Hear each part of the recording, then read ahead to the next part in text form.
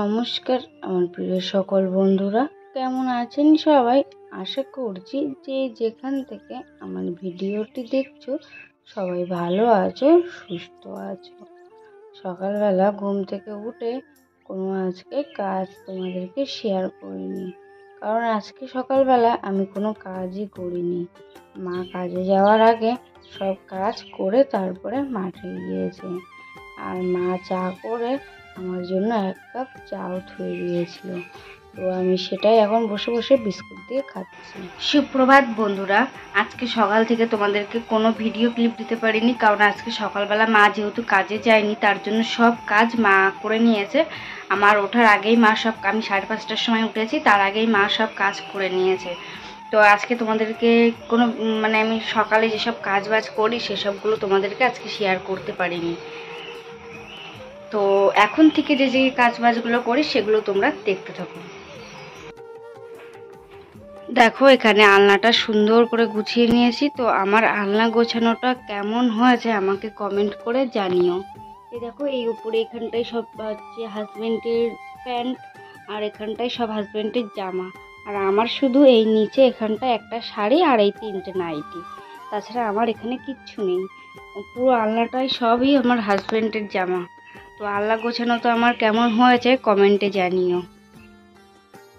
আর এই যে এখানে একটা ময়ূরের পালক রাখলাম, কারণ আগের দিন একজনের ভিডিওতে কমেন্ট করেছিল একজন, তো সে বলছিল যে খড়ের মতো ময়ূরের পালক রাখলে নাকি ভালো হয়। তো আমি সেই কমেন্টটা পড়ে আমিও ওই বারান্দায় ওখানটায় ময়ূরের পালকটা রেখে দিলাম।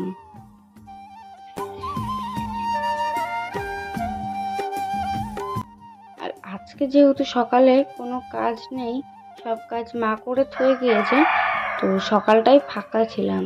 তো ভাবলাম সোনা বাবা যেহেতু আজকে আমার কাছে ছিল না, রাত্রেবেলা ওর দিদির কাছে শুয়েছিল, তো এই ঘরটা যখন ফাঁকাই আছে তাহলে আলো জ্বালিয়ে ঘরটা পরিষ্কার করে নেওয়া যাক। অনেক দিন হয়ে গিয়েছে ঘরটা ক্লিন করা হয়নি, তো প্রায় 1 মাস হয়ে গিয়েছে ঘরটা ক্লিন করা হয়নি। তো আজকে যেহেতু সময় পেয়েছি, ফাঁকাও পেয়েছি ঘরটা, তো আজকে ঘরটা ক্লিন করে নিচ্ছি। আর এই কাজগুলো জানো তো এত বেশি নোংরা হয়, কারণ সোনা বাবা যেহেতু ছোট আছে, ও চকলেট বা কিছু খেয়ে এসেই কাচের ওখানে হাত দেয়, মুখ দেয়, তার জন্য কাজটা ভীষণ নোংরা হয়। তো কাজটা প্রায় পরিষ্কার করা হয়। আর পুরো শোকেসটা আজকে একটু হালকা করে ক্লিন করে নিলাম, কারণ পুরো শোকেসটা তো পরিষ্কার করা হয় না, শুধু ওই কাজটাই পরিষ্কার করা হয়।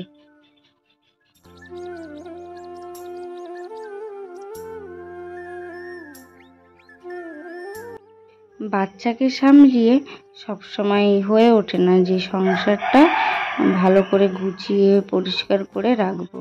তো ওই 1 ঘন্টা 1.5 ঘন্টা সময় পেলে আমি চেষ্টা করি সেই সময়ের মধ্যেই গুছিয়ে রাখতে সংসারটা।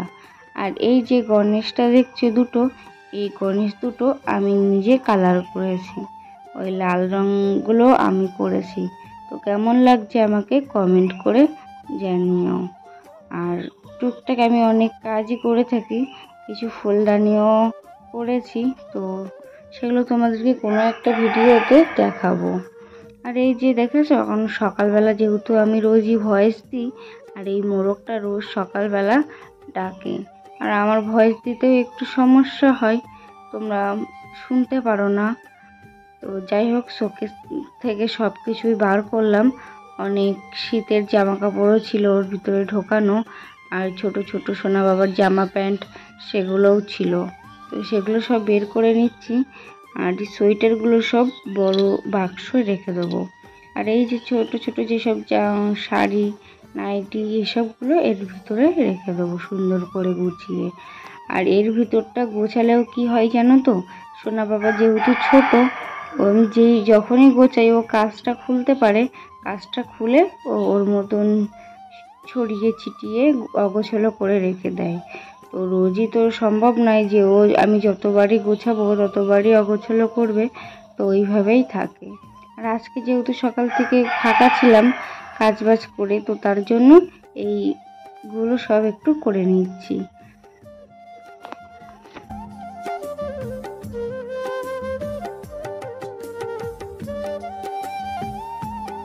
আজকে পুরো ঘরটা মানে ক্লিন করব, ঘর বারান্দা যা আছে ভালো করে করে ক্লিন করে নেব। আবার এইগুলোই যে কবে হাত দেবো নিজেও জানি না। রান্নাঘরটা তো একদিন বাদে বাদে ক্লিন করা হয়, কিন্তু এই ঘরটা 1 মাস 15 দিন পর পর ক্লিন করা হয়। এই ঘরটা আর অনেক দিন বাদে বাদেই ক্লিন করে থাকি। তো আবার এইসব কাজ বাজ করে তারপরে রান্নাটাও করতে হবে, তো তার জন্য কাজ বাজটা তাড়াতাড়ি করে নিচ্ছিলাম। আর সকালবেলা যেন তো কাজ বাজ করতে একটা আলাদা রকমই এনার্জি পাওয়া যায়। যখন সবাই ঘুমিয়ে থাকে তখন একটা ফুল এনার্জি নিয়ে কাজ করতে শুরু করি। আর যখনই ওরা উঠে যায় তখনই হচ্ছে আর ইচ্ছে করে না যে কাজ করি, মানে ওদেরকে সামলিয়ে তারপরে আর কাজ করতে ইচ্ছে করে না। তো সকালবেলায় ফুল এনার্জি নিয়ে কাজটা করে নিই আমি সব সময়। আর এই যে এখানে যে ব্যাগগুলো আমি রোজ ব্যবহার করি সেই ব্যাগগুলো এখানে রাখছি। তো এই ব্যাগটার জন্য একটু অগোছলো লাগছে শোকেসটা, মানে মনে হচ্ছে যে অগোছলো করে রাখা, কিন্তু পুরোটাই সুন্দর করে গুছিয়ে রেখেছি। আর এই যে এই ফটোটা দেখছো ওটা হলো আমার শ্বশুর মশাইয়ের ফটো। উনি গত হয়েছেন এই 9 বছর হয়ে গেল। আর উনি গত হয়েছিলেন, ওনার স্ট্রোক হয়েছিল তার জন্য। তারপরে এই যে তলায় এখানটায় তোমার হচ্ছে সব খাবারের কৌটোগুলো এখানে গুছিয়ে রেখে দিচ্ছি।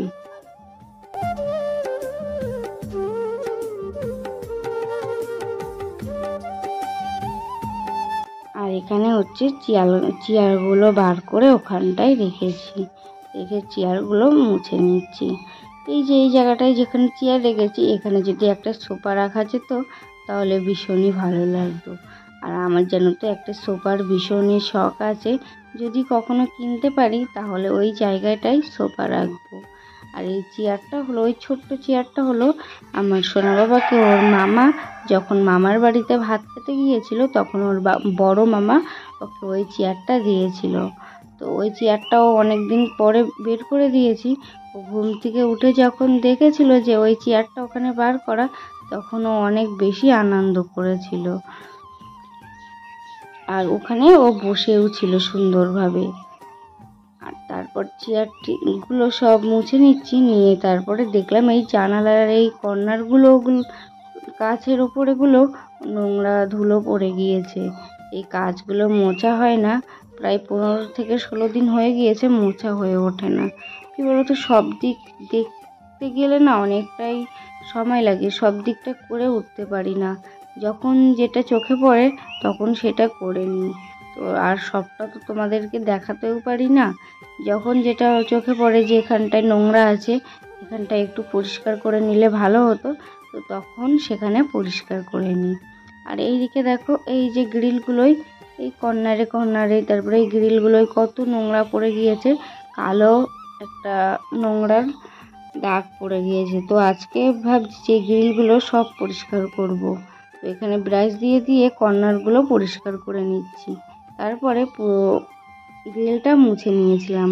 তো এই গ্রিলগুলো পরিষ্কার করতে আমার 4 ঘন্টা সময় লেগেছিল। অনেকটা যে কটা গ্রিল আছে বাড়ির সব কটাই পরিষ্কার করে নিয়েছি। আর এই ছোট ছোট কাজগুলো করতে না অনেক বেশি সময় হয়।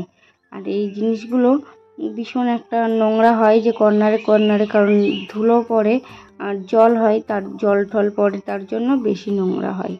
আর এদিকে হচ্ছে আমি ওখানে হচ্ছে পরিষ্কার করছিলাম, আর ওইদিকে সোনা বাবাও ঘুম থেকে উঠে পড়েছে। ও উঠে ওখানে চেয়ারে বসে আছে, বসে আমাকে কি বলছিল তাই আমি ওর দিকে তাকিয়ে হাসাহাসি করছিলাম আর ওকে কথা বলছিলাম। এত দুষ্টু জানো তো, আর যেমন দুষ্টু তেমন পাকা একটা বুড়ো, খুব দুষ্টু। যখন ওকে বকি তখন তারপরে যখন রাত্রে ও শোয় না বিছানায়, তখন ওর দিকে তাকিয়ে চোখ দিয়ে জল বেরিয়ে যায়, মানে কান্না করে ফেলি যে এত ঠান্ডা বাচ্চা কেন আমি ওকে বকি। সত্যি বলতে আমি রাগ সামলাতে পারি না, কন্ট্রোল করতে পারি না, তার জন্য ওকে নানান কথা বলে ফেলি, দু এক সময় মেরেও ফেলি। তো পরে গিয়ে আমার খুবই কষ্ট লাগে। তো এই রাগ কন্ট্রোল আমি কখনো করতে পারবো না, হাজার চেষ্টা করলেও জানো তো আমি পারি না। আর এখানে দেখেছো সোনা বাবা ঘুম থেকে উঠে ওই চেয়ারে বসে আছে। ও আগে ওই চেয়ারটায় বসেছিল, তারপর ওর পিসিমণি এসেছিল, পিসিমণির সাথে বাবা পরে কেন পরে ব্রাশ করবে, ধরো একটু বসে নাও তারপরে ব্রাশ করবে, ধরো তা পরে ব্রাশ করবে, ঠিক আছে। আর এখানে দেখো ওই যে গ্রিলগুলো পরিষ্কার করলাম, কত নোংরা জল বেরিয়েছে, পুরো কালো, অনেক মানে অনেক নোংরা জল বেরিয়েছে। তো অনেকটাই নোংরা হয়ে গিয়েছিল গ্রিলগুলো, এখন পুরোটাই চকচকি করছে। দেখো গ্রিলগুলো, এই দেখো কর্নারে কর্নারে কোনো দাগ নেই। আর ওই যে দু একটা দাগ দেখছো, ওগুলো হচ্ছে ডলার সময় নোংরা ওর সাথে সাথে মানে ওই যে রংটা উঠে গিয়েছে, তার জন্য ওই রকম কালার হয়ে গিয়েছে।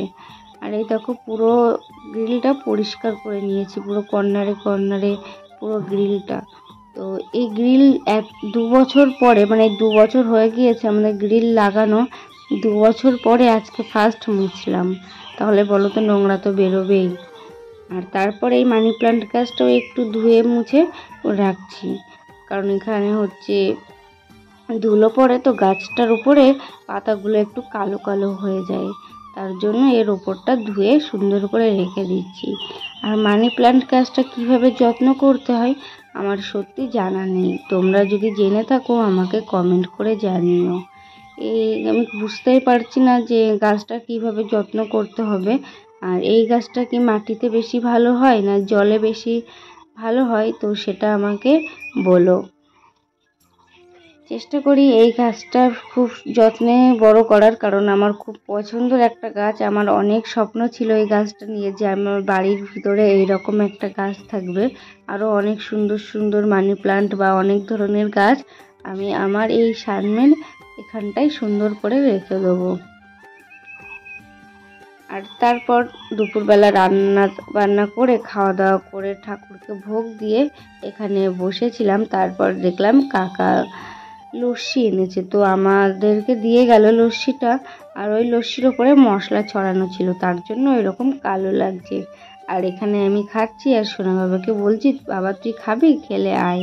তো ও একটু একটু করে আসছে, এসে খেয়ে তারপরে চলে যাচ্ছে। তো আমার ভিডিওটি যদি ভালো লেগে থাকে তাহলে ভিডিওটি লাইক করো, কমেন্ট করো এবং সাবস্ক্রাইব করে দিও। তো আবার নেক্সট কোনো ভিডিও দেখা হবে, আমরা লস্যি খেতে থাকি। আর ততক্ষণে তোমরা আমার ভিডিওটি লাইক, কমেন্ট এবং চ্যানেলটা সাবস্ক্রাইব করে দিও। টাটা, বাই বাই, নেক্সট কোনো ভিডিওই দেখা হবে। সবাই ভালো থেকো, সুস্থ থেকো।